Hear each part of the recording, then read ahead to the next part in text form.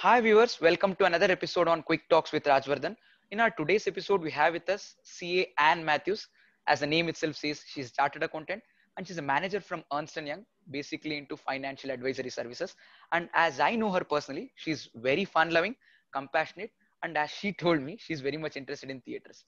And how I know her is basically I know her from my GMCS days, and those 15 days were good enough to make a call saying that she's very fun-loving and compassionate.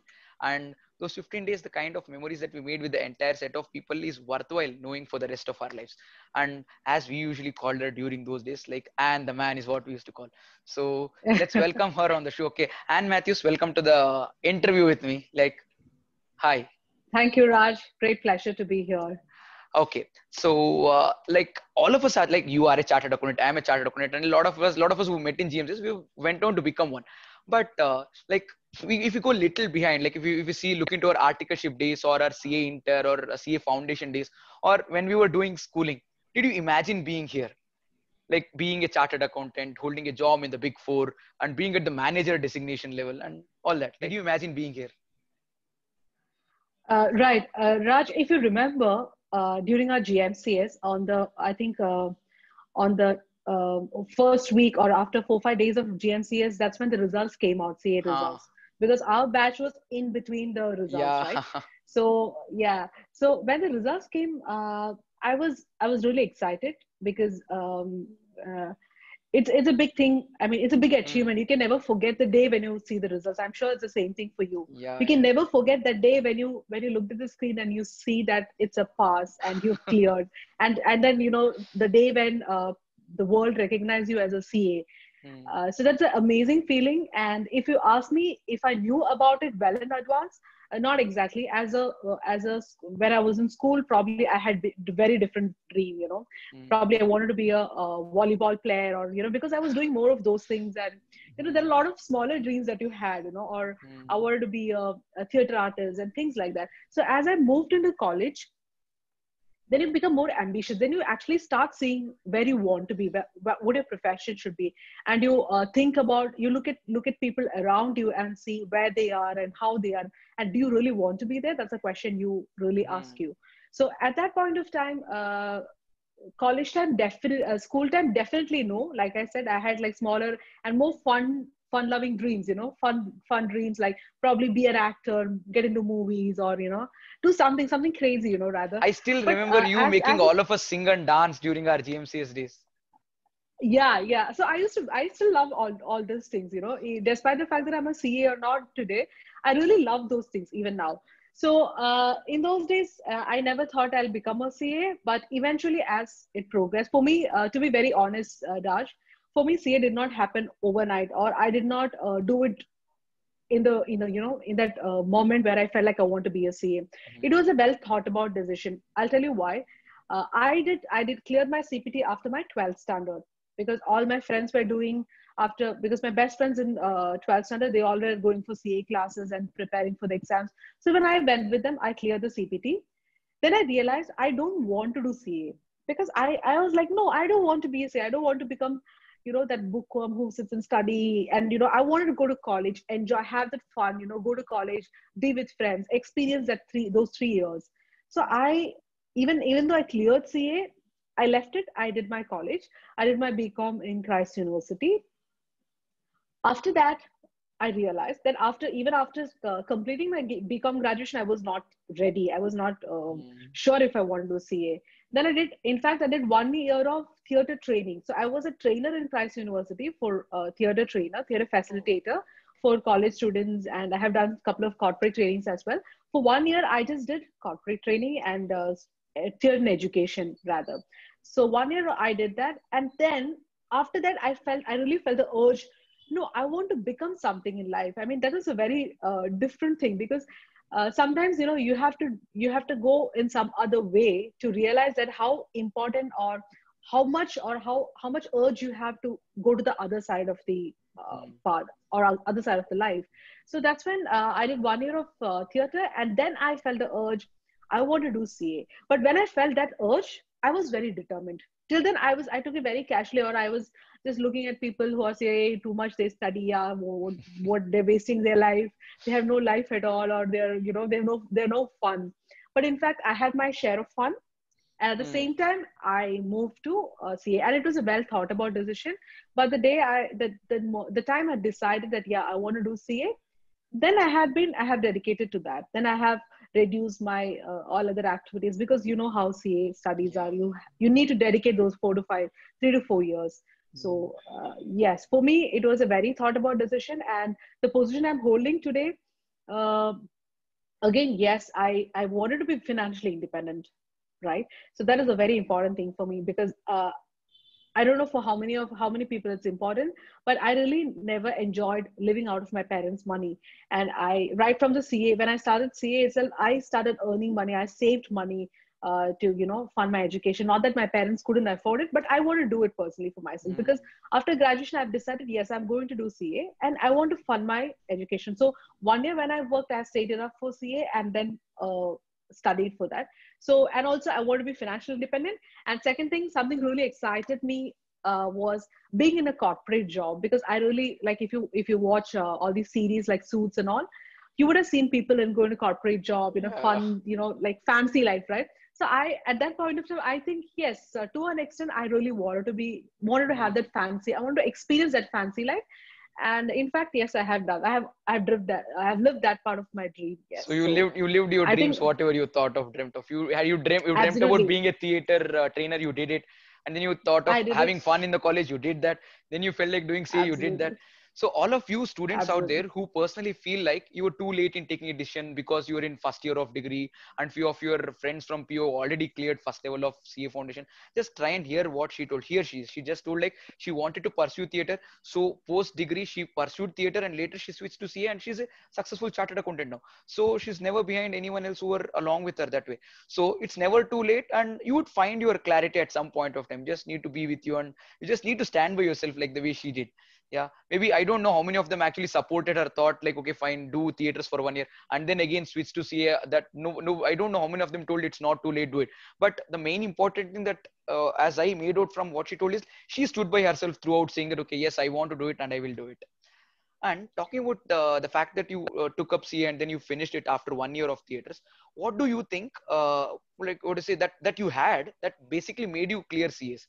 Like few of them say I'm a very dedicated person, I'm very hardworking. Few of them say I'm very smart from my childhood. So if different people tell different things, push them to become chartered accountant. What is it that one character, if you can, if there's name one, let it be one. If you have many, let it be many. What pushed you to become a chartered accountant? What's that special character that you had? So I don't think there's a special character or anything in that, but I Uh, think CA is not a very easy hmm. profession wise. Also, is not very easy because right now I can say that there are a lot of challenges on every day.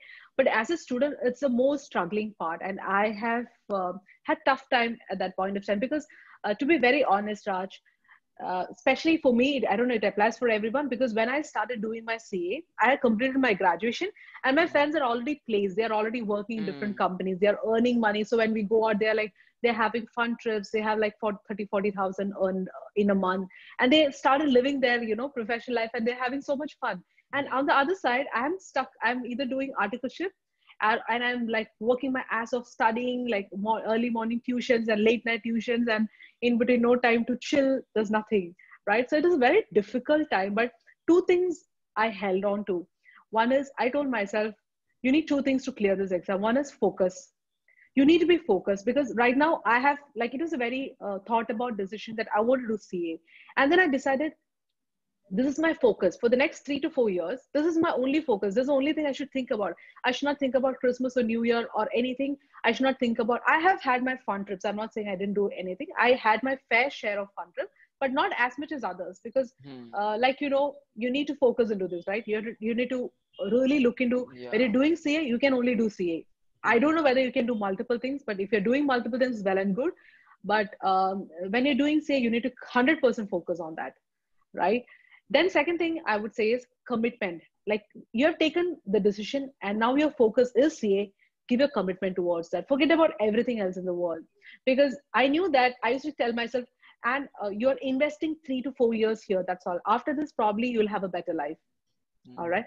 I keep telling myself, and it's okay. I know everyone is having fun. And I'll tell you, I mean, many times I felt so bad that everyone, I talk to my friends, they're like, oh, I just got a promotion. I got a pay raise. And I'm like, on the other side, oh God, I don't even have a job right now. I'm still studying. Like, what am I doing in my life? But I said, no, and focus on CA. Be committed towards it and spend your time on that. So that is the only way you can do it, because it's not easy, guys, because the world out there is so much fun, and when you're a CA student, the world is not so much fun for you, because you're working and studying at the same time, and it's not easy. Yeah, So you yes, rightly I would mentioned say that focus the on commitment. yeah, you rightly mentioned that throughout the entire CA journey, you need to have a lot of commitment, lot of dedication, and a lot of focus. And I personally believe the real game starts after you clear CA. And once you clear CA, it's not really Oh easy for yes. everyone to get into Big Four. And even after getting to Big Four, you need to slog for quite long to reach the designation what you always admire to be at. But how like what did it take you to basically reach that manager position, and then being in financial advisory services, like what does it take to reach there?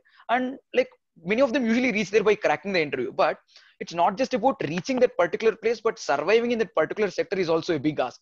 Like you might have to sit at home and study for 12 hours, it's okay, possible.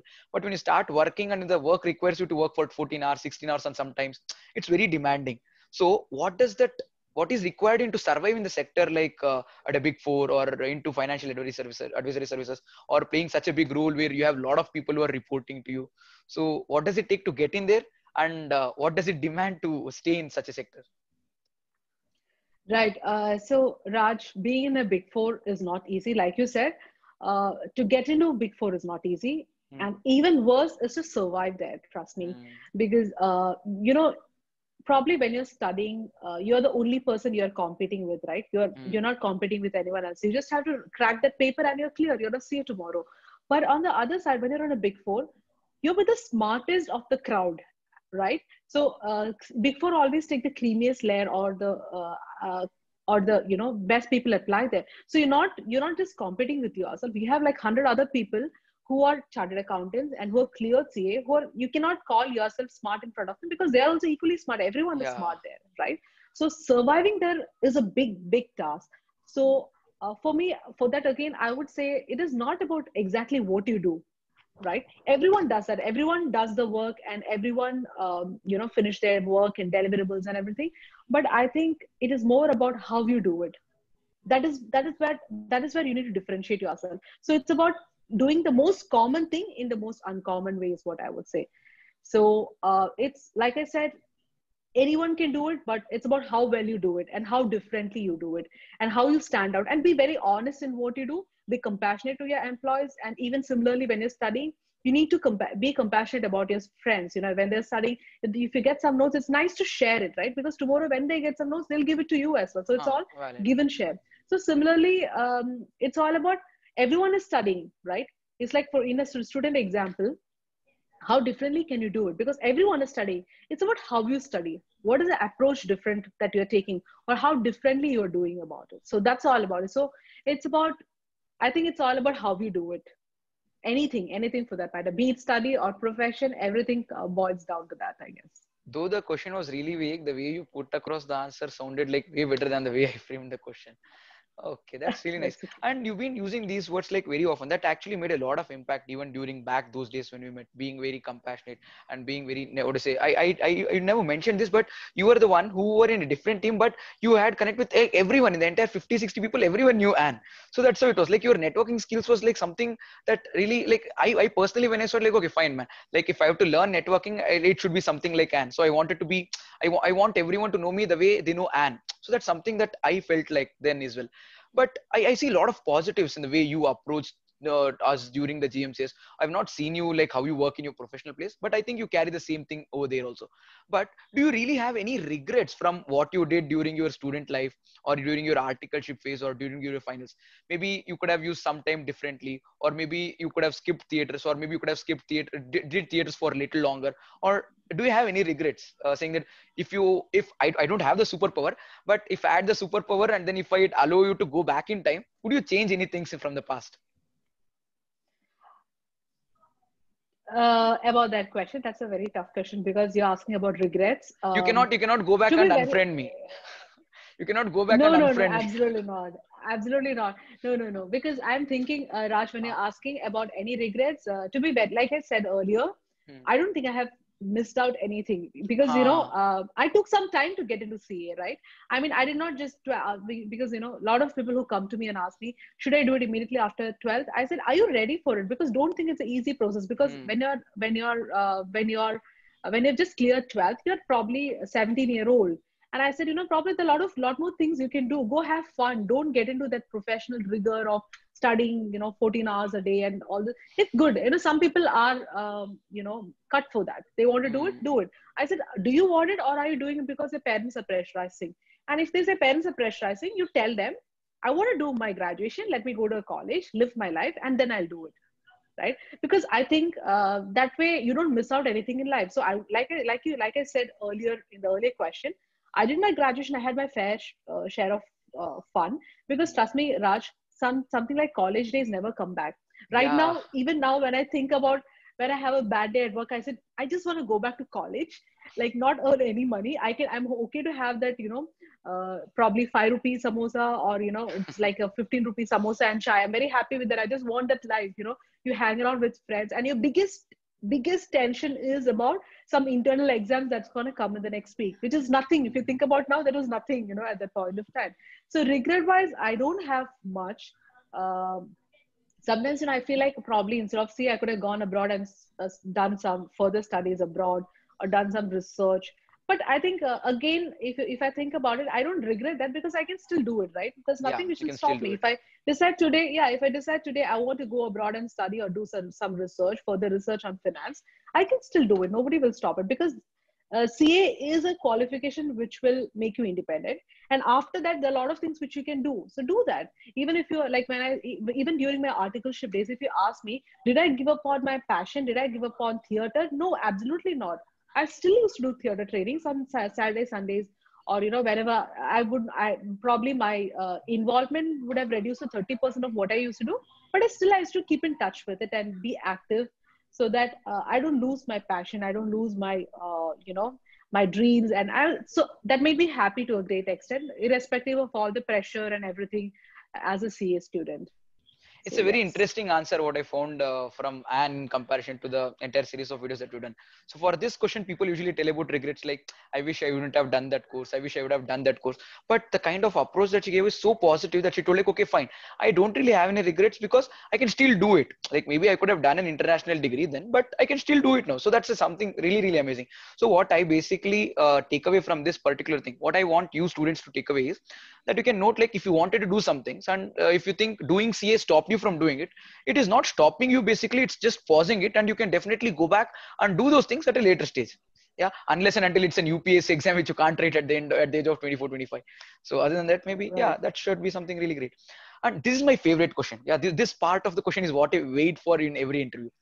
Just after qualification, is it always the choice between the money and passion? Like maybe if you choose the passionate field that you are in, you might not make enough money, and if you choose that very lucrative job, it might not be the thing that you are passionate about. So is it always money or passion post qualification? Um, right. So this is the most cliched question which I have faced all the time because, and also because I had been in theater. So people uh, really ask me like, are you doing it for money or because you love theater? Then why are you doing this? I said, see, you know what? You can't live without money. hmm, I know everyone will agree for this because tomorrow, if you want to buy a full meal, you need money for that. Nobody is going to give it to you for free. If I want to enjoy a good dinner in a good restaurant, I need to pay for that. So if I need to live that kind of thing, I need money, right? hmm, I can't depend on anyone else. I can't go and come and ask Raj, please take me out because I want to have this restaurant. I don't want to do that. Rather, I'll tell you, Raj, come with me. Let me take you for dinner yeah. because I want to be in that position, right? So that power or that confidence today is because of I have a job and I am a CA. Definitely, I know that because a lot of people talks about give big talks about being passionate. This no, it's all about having the right. It's a good balance between money and passion, right? Again, this is about money. Like I said, everyone needs it. You know it. I know it. I can give big talks about being passionate and you don't need money to live, but it's not practical. Trust me.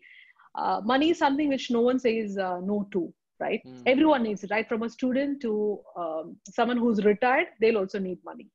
So coming to passion, passion is something which will keep you spiritually alive, right? It'll keep your soul alive and awake and happy. So for that, money doesn't stop you from that. So right now, when I do theater, I'm not worried about money. If someone is asking me to give a, do a session, and I'm not worried. If I have time, I'll go do it because it's my passion, and I'm not depending on that for money, right? So probably I'm doing this job as a CA for money, and I have my passion. I do a lot of other things which makes me happy, which I do it for free, and I'm not worried. I don't mix money and passion. So what I tell everyone is like, because especially I think this question is very much relevant for me because I'm a person who loved theater a lot and wanted to pursue it. You know, at one point of time, I even thought I should go to NSD, National School of Drama, and study. Then I realized, no, it's okay because I'm already doing theater and I'm very happy with it, this amount of theater. And like I said, don't mix it up. Both are different, you know. Sometimes passion will bring you money. And if you do everything passionately, you will get money. Trust me. If you, for example, if you're a dancer, you want to continue dancing, give you 100%, be focused and committed in dancing, money will come to you automatically, right? On the other side, if you don't want to do that, the CA also, I wouldn't say I'm not passionate about it because I'm really excited about my job. I'm equally passionate about my job and it brings me good money and it gives me good career growth. And so I think that goes hand in hand. You cannot segregate it, and sometimes you cannot segregate it. Or other side, I can say both are completely different and you need to approach it differently. But in a one-liner, what I can say, if you're passionate in everything you do, money will come automatically. It is something which comes to you also. That was really nice because this takes me back to the one of the first words that she told initially. She really spoke about financial independency. So like we have self-respect, like we have confidence, financial independence is also quite important. That will add on to our confidence. And choosing money is also pretty important. And that was really nice. Like passion doesn't really need money. Passion takes time. And if you can handle your time very rightly, you need not do injustice to your passion. You can still pursue your passions. And I won't just say make money. You can be financially independent. So that was very interesting. I like the way you put across the entire answer. And like talking about like this, or to say post qualification, choosing up a job in a big four or something. Now our course is devised in such a way that our articleship time trains us for our post qualification life, just to ensure that we are not fish out of water right after we qualify. But like as students, no, they would always be interesting to know as to how different will their life be post qualification. Like what are the things that will change in their life? Would it be same as articleship, or would there be a hell lot of difference? So in your case, how different was your articleship life with your post qualification life?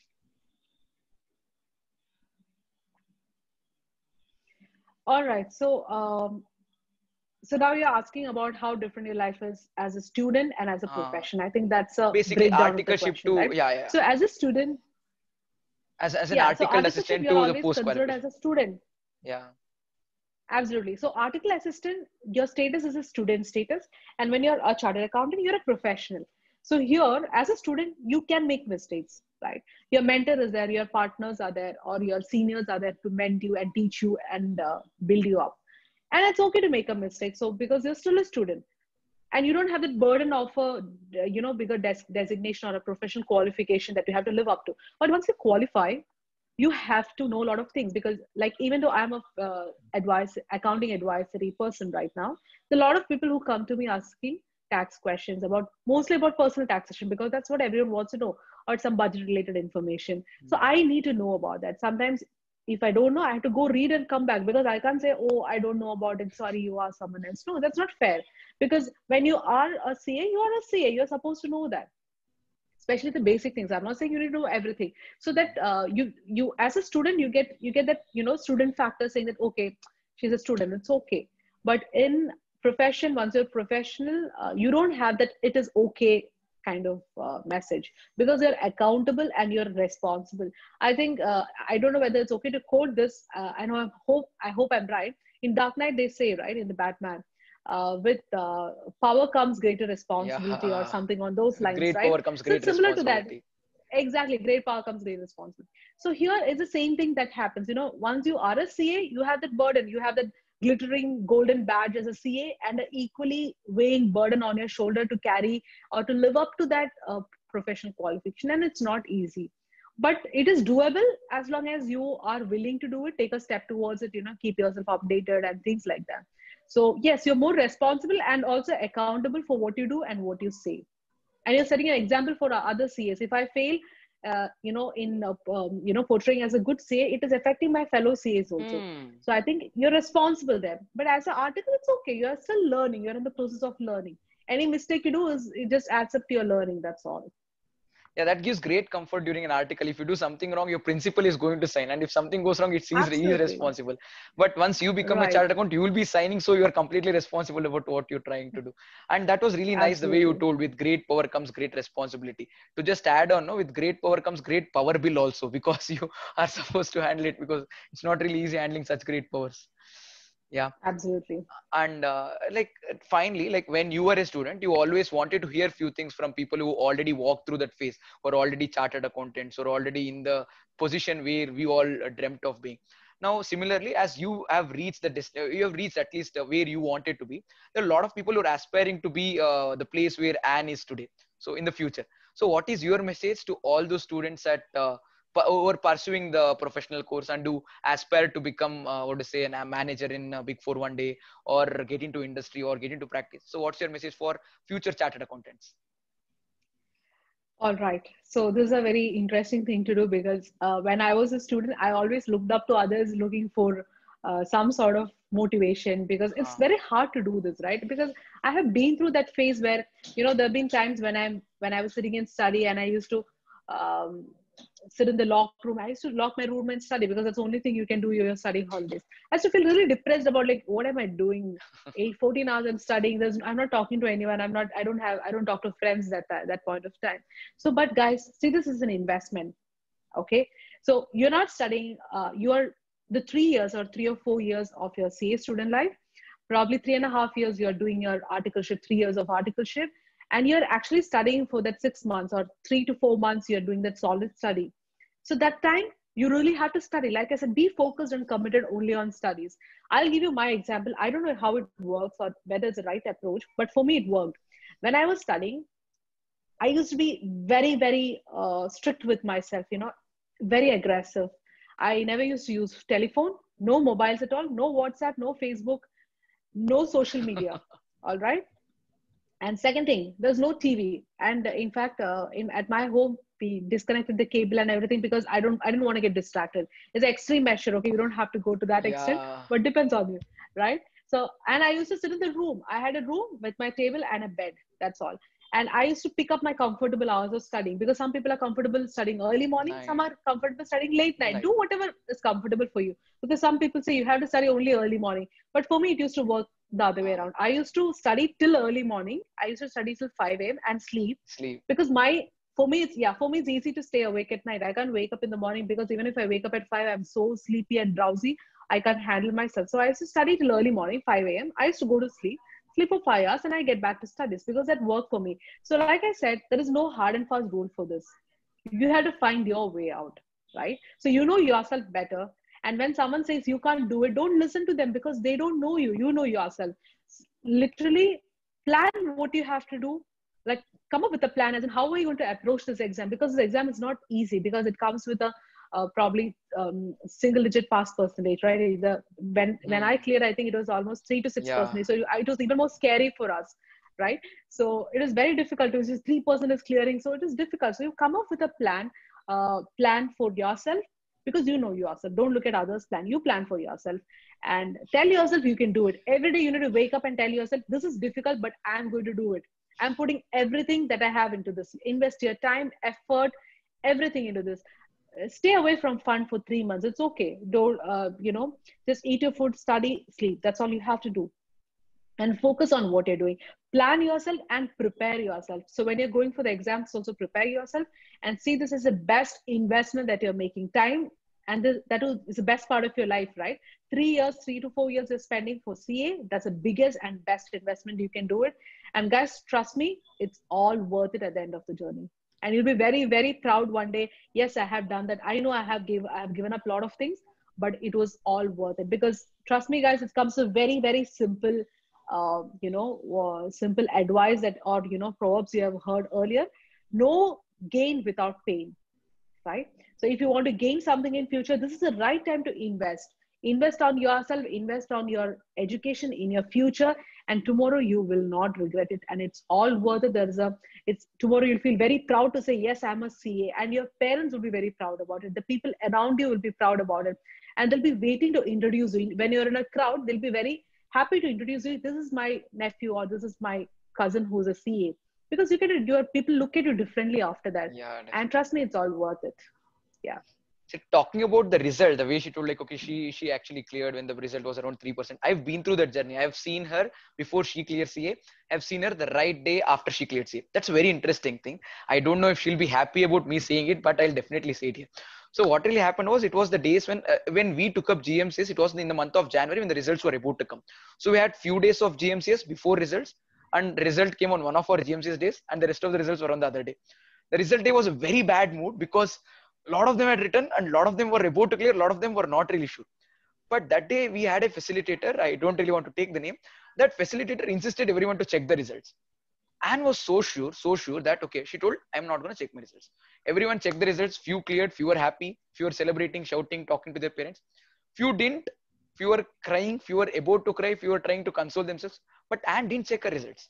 She told, I've thought previously that I need to go back home and I'll check my results at my comfort where I want to do. And I'll tell you people tomorrow, but I'm not going to check today. The facilitator, in fact, asked her, come check it right now. She had a very polite, she was very polite, she was very respectful to everyone around, but she told, no, I'm not going to check. So what I really was surprised by hearing that instance, what happened that day was, she was so sure how she wanted things to be.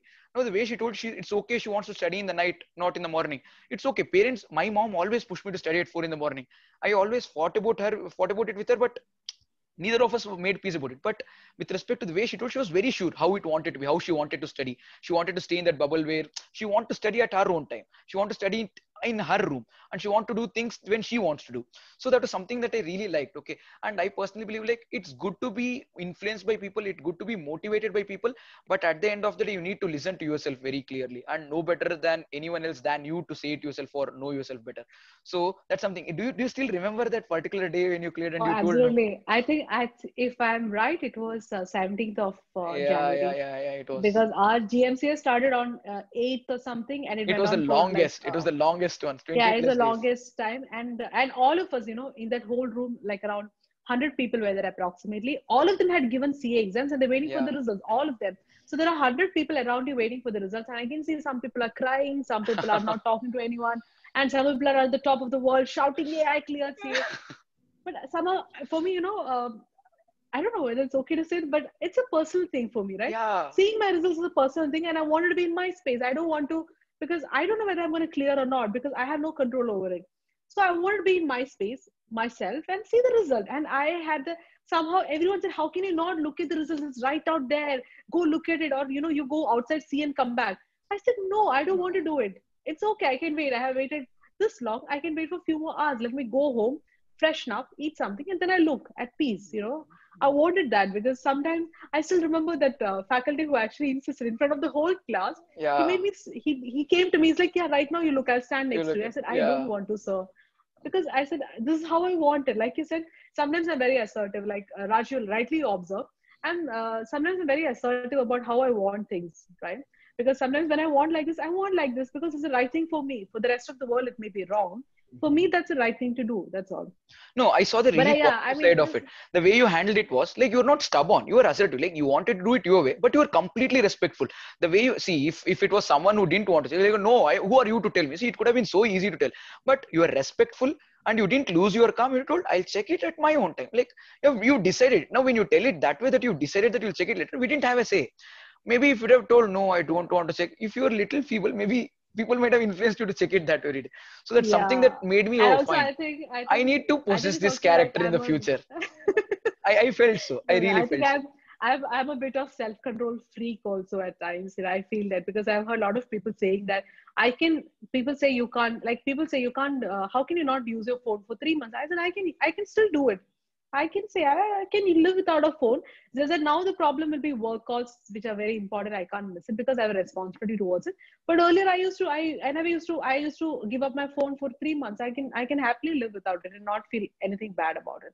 So I think it's also good to have guys, when you're especially studying. exercise a little bit of self control. Try to give up something for some time and see how you can exercise it.